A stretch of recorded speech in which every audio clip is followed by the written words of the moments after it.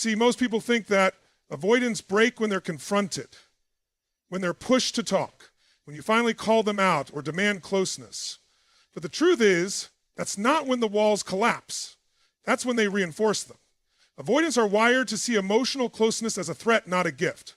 So the more you chase, the more they run. The more you explain, the more they detach. And the more you try to crack their walls with affection, logic, or anger, the more they hide behind emotional shutdown. But something very different happens when you go silent. Not the kind of silence that's manipulative. I'm talking about the silence that comes from power, from peace, from no longer needing their validation to breathe.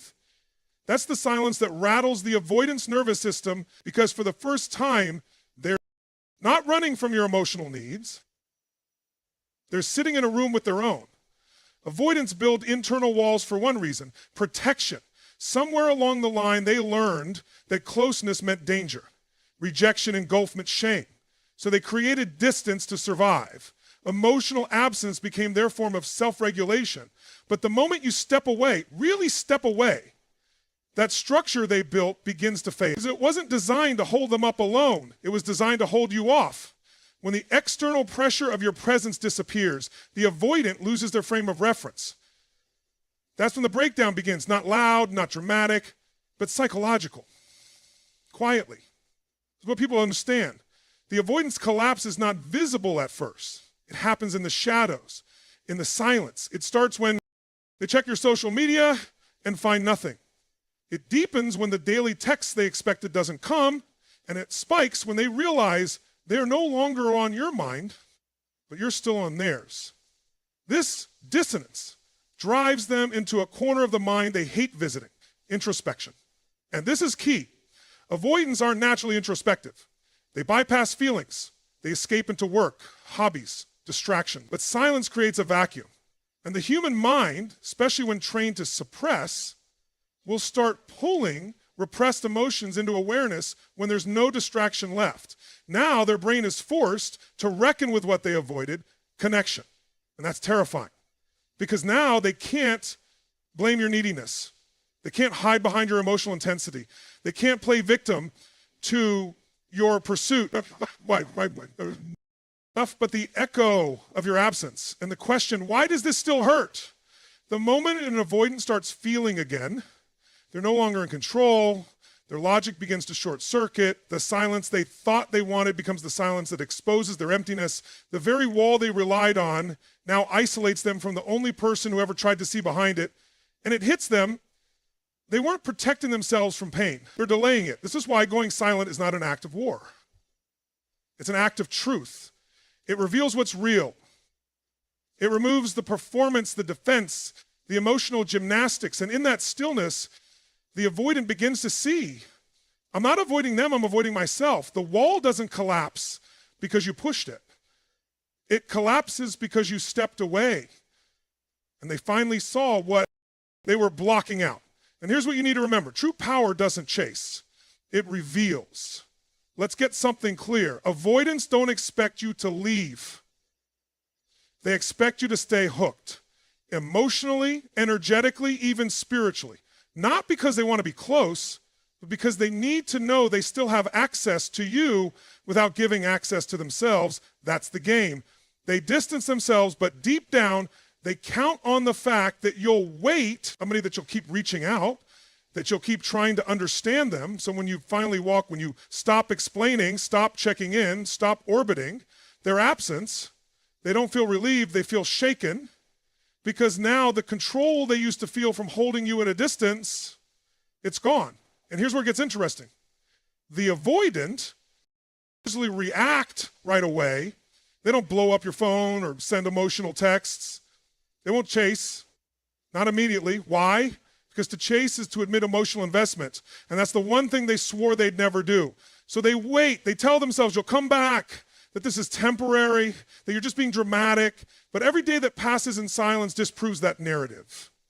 And that's when the collapse begins, not of your relationship, but of their illusion. You see, avoidants operate under a hidden belief that they're the one with emotional leverage, that no matter how much they withdraw, you'll adjust, you'll shrink your needs, you'll bend to accommodate their fear of intimacy. And when you stop doing that, When you reclaim your energy and actually thrive without them, it hits like a psychological, extreme ways, freight train. Because suddenly their emotional distance doesn't feel like power, it feels like abandonment. And the irony, they abandoned first. That's when the internal contradiction erupts. Wait a second, I thought I didn't need them. I thought I was better off alone. But now you're gone. Not mad, not dramatic, just gone. And in your absence, you've done something that most avoidants never prepare for. You've rewritten the emotional story. You went from being someone who needed too much to someone who needed nothing from them. And that terrifies them. Because now, for the first time, they have to ask themselves, if they didn't need me, was I ever as valuable to them as I thought? And that's the punch to the ego. The wall they used to protect themselves starts turning on them. Because it didn't just keep you, train them from becoming someone worth staying for. And now, while you've grown, healed, reconnected with your power, they're stuck, staring at a closed door they never believed would shut. The roles have reversed. You're the one in peace. You're the one no longer haunted.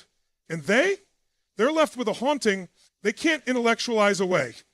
This is what people don't talk about. The avoidant collapse isn't loud, but it's deep. It's the moment they realize you were not a temporary comfort. You were an anchor they didn't know they needed until the storm hit and you were gone. And that's when they panic. That's when they start obsessing. That's when the silence becomes unbearable. Not because they suddenly became secure, but because the control they used to hold over your heart no longer exists. And it all comes down to this. Avoidants don't expect you to survive without them. But the moment you do, you stop being their fallback and start being their wake-up call. So remember this, when you choose your peace over their pattern, you don't just set yourself free, you show them what true strength looks like. Most people assume that when an avoidant walks away, they've truly moved on, that their silence means peace, that their distance means detachment. But here's what you need to understand on a deeper psychological level. Avoidants don't process pain in real time. They postpone it. They don't grieve the relationship when it ends. They suppress, they compartmentalize. They convince themselves that disconnecting means they've already healed. But that's not healing. That's emotional procrastination dressed up as independence. And this is where the truth starts to break through. Avoidants aren't immune to emotions. They're just skilled at numbing them. It's a coping mechanism, one often rooted in childhood experiences where vulnerability wasn't safe, where expressing needs led to punishment, abandonment, or shame. So they learned early on, don't feel too deeply, don't get too close, and don't ever let someone else be your emotional center. But you can only bury something for so long before it begins to rot from the inside. The real shift, the collapse, begins when those suppressed emotions start rising to the surface. And this doesn't happen while you're still reaching out. It doesn't happen while they know they have access to you. It begins when the connection is gone, when the silence becomes deafening, when their distractions start to fail. That's when the ghosts come. Regret, longing, guilt, even love, especially love, because love is the one thing they never let themselves fully feel while it was available. See, avoidance isn't about a lack of love. It's about fear of losing self in love. So they keep one foot out the door to feel safe. But once you're no longer an option, once you've stopped calling, texting, reacting, chasing, they're forced to sit with everything they push down. And that internal confrontation isn't graceful. It's not poetic. It's chaotic. Because they don't have the tools to regulate those feelings. They never develop the emotional muscle to handle vulnerability head on. So when it hits, it doesn't just tap them on the shoulder, it slams into their psyche like a tidal wave. And here's a paradox. While they look calm on the surface, inside they're unraveling.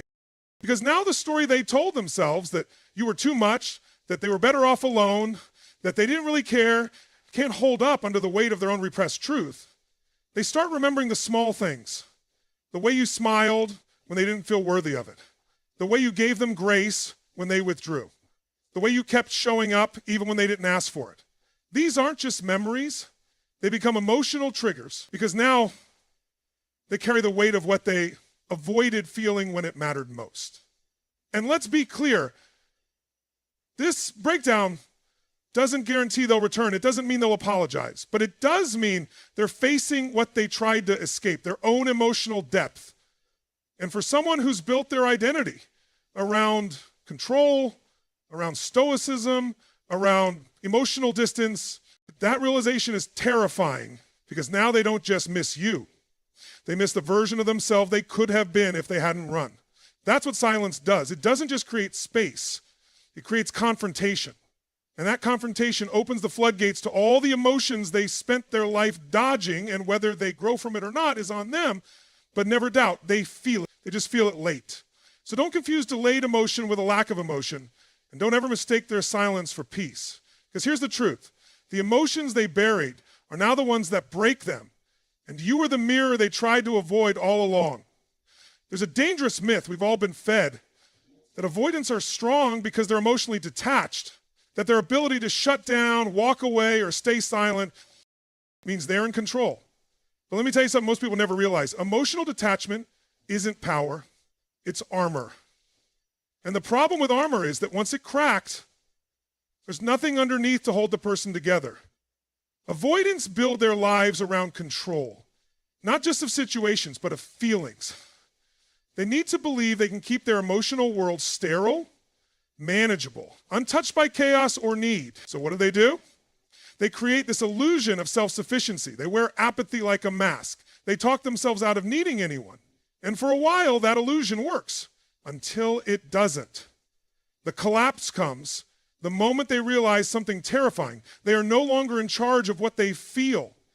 This is where the internal architecture begins to fall apart. Because now, despite every defense they've mastered, the emotions they tried to suppress begin taking the wheel. That longing they denied, it turns into obsession. The connection they once minimized, it now consumes their thoughts. The person they thought they didn't need becomes the very person their nervous system is quietly begging for. It's important to understand the psychology here.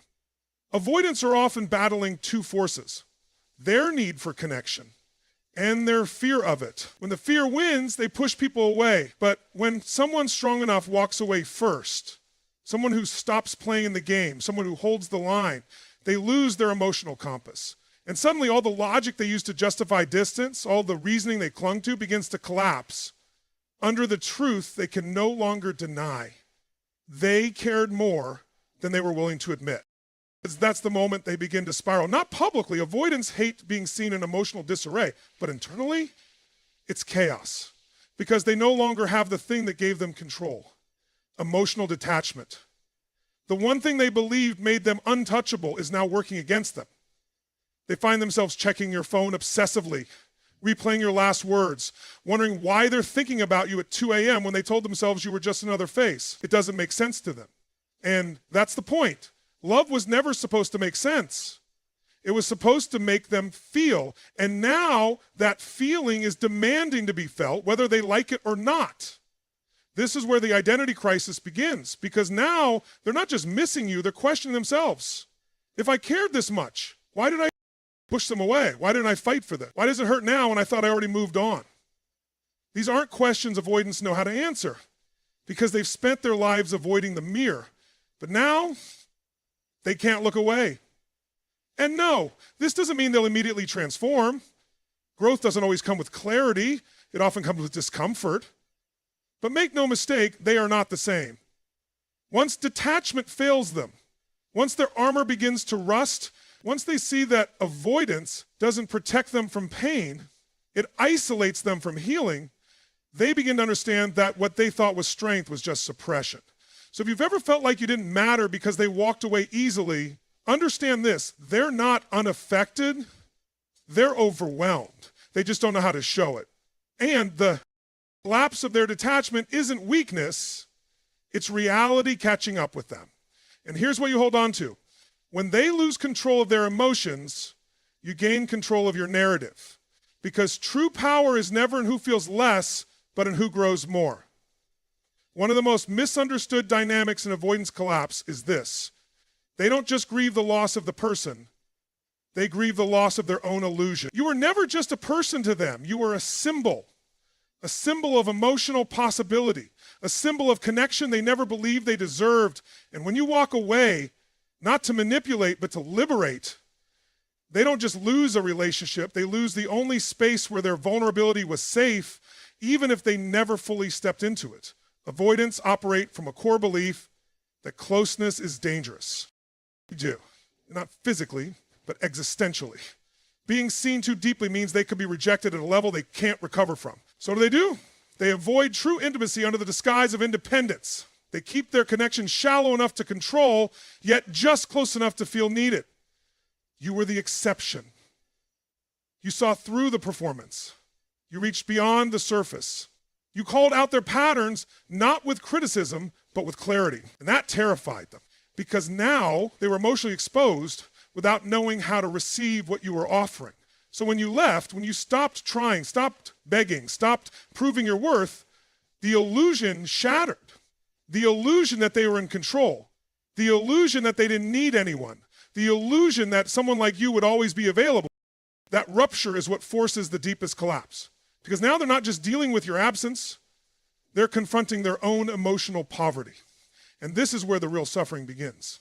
Because it's not about the texts or the conversations or even the physical connection. It's the emotional safety you created by being emotionally available to someone who wasn't. That space is rare. That level of acceptance, of patience, of presence doesn't show up in everyone's life. And they know it. But they didn't value it until it vanished. That's when it hits them. Not just that you're gone, but that they never truly showed up when it mattered. Psychologically, this triggers a form of emotional dissonance. Two conflicting identities collide. The one who believed they didn't need love and the one who now feels broken without it. That war plays out internally. And that's why you'll notice the silence, the confusion, the erratic behaviors. They're stuck between wanting to reach out and fearing rejection, between needing you and resenting that need, between missing you and hating that they do. But underneath all that chaos is the truth they can't escape. They didn't just lose you, they lost access to the one person who made them feel emotionally seen without demanding they be perfect. That's the part that keeps them up at night. That's the part they replay in their head. That's the part they never expected to haunt them. And no, they may never tell you this. They may never find the language, but it's happening behind the walls, beneath the silence, beneath the ego and the shutdown and the pride. There's grief, not just for what ended, but for what could have been, if they were brave enough to choose connection over protection. So if you've ever doubted your impact, let me say this clearly. Your presence was powerful, even in their denial. And your absence? It is the earthquake that forces them to confront every part of themselves they tried to run from. And that's the revelation. You didn't break them. Their refusal to evolve did. What most people fail to realize is that the collapse of an avoidant isn't always loud, it's often silent. It happens in the quiet corners of their mind, when they're alone, away from distraction, away from performance. It happens in that split second when a song plays or a scent lingers, or they drive past somewhere the two of you once left and suddenly they can't suppress it anymore. They feel it, the loss, the weight, the cost of the emotional fortress they've built to survive a world that once convinced them that vulnerability equals pain. And for the first time they realize something deeper than regret.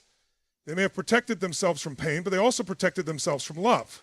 Avoidants don't just fear intimacy, they fear dependency. Not because they don't want to connect, but because somewhere along the line, connection became synonymous with betrayal or abandonment. So they trained themselves to need no one, to rely on logic over emotion, control over chaos. But when you came into their life, you didn't represent chaos, you represented truth, emotional truth, presence, patience. You didn't force them to change. You invited them to feel, and even if they ran from it, deep down they knew this was different. And that's exactly what breaks them. Because after you walk away, they're left with a truth they can't unsee. They weren't abandoned. They abandoned themselves every time they rejected real connection. That kind of reckoning doesn't just hurt, it deconstructs the very identity they've built their emotional survival on, the identity of being the one who's unaffected, the one who walks away first, the one who doesn't need anyone. That identity begins to fracture under the weight of the emotional reality you left behind. This is where things shift. Because now the avoidant isn't trying to avoid you. They're trying to avoid themselves. their memories, their guilt, their recognition that they sabotaged something real, something rare. And the worst part, there's no one to blame. You didn't betray them. You didn't hurt them. You just loved them. They couldn't hold it. That's the kind of pain that lingers. It doesn't scream. It whispers in their quietest moments. You had something real, and you let it slip away. Some will try to replace you quickly, not because they've moved on, but because they're desperate to numb the internal confrontation. But replicas can't replace resonance. When that fails, when distraction doesn't drown the depth, they start asking the questions that terrify them. What if they were the safe space I never learned how to receive? What if I didn't need to run? What if love wasn't weakness, but healing? This is where transformation can begin, because collapse is not just about falling apart. It's about the potential to rebuild, if they choose to. But that's the thing. You can't choose for them. You can't fix it for them. You were the lesson, not the consequence. You were the mirror, not the enemy. Whether or not they evolve is their journey, but what matters most is that you don't shrink your love just because someone didn't know how to receive it. So if you ever sat in the silence, wondering if they ever think of you, if they ever feel the loss, if they ever understood the depth of what you gave, know this, they do. Maybe not in the ways you hoped, maybe not in the words you needed, but in the stillness of their collapse, your presence echoes. And the final truth, you weren't the one who broke them. Your love simply revealed they were already broken.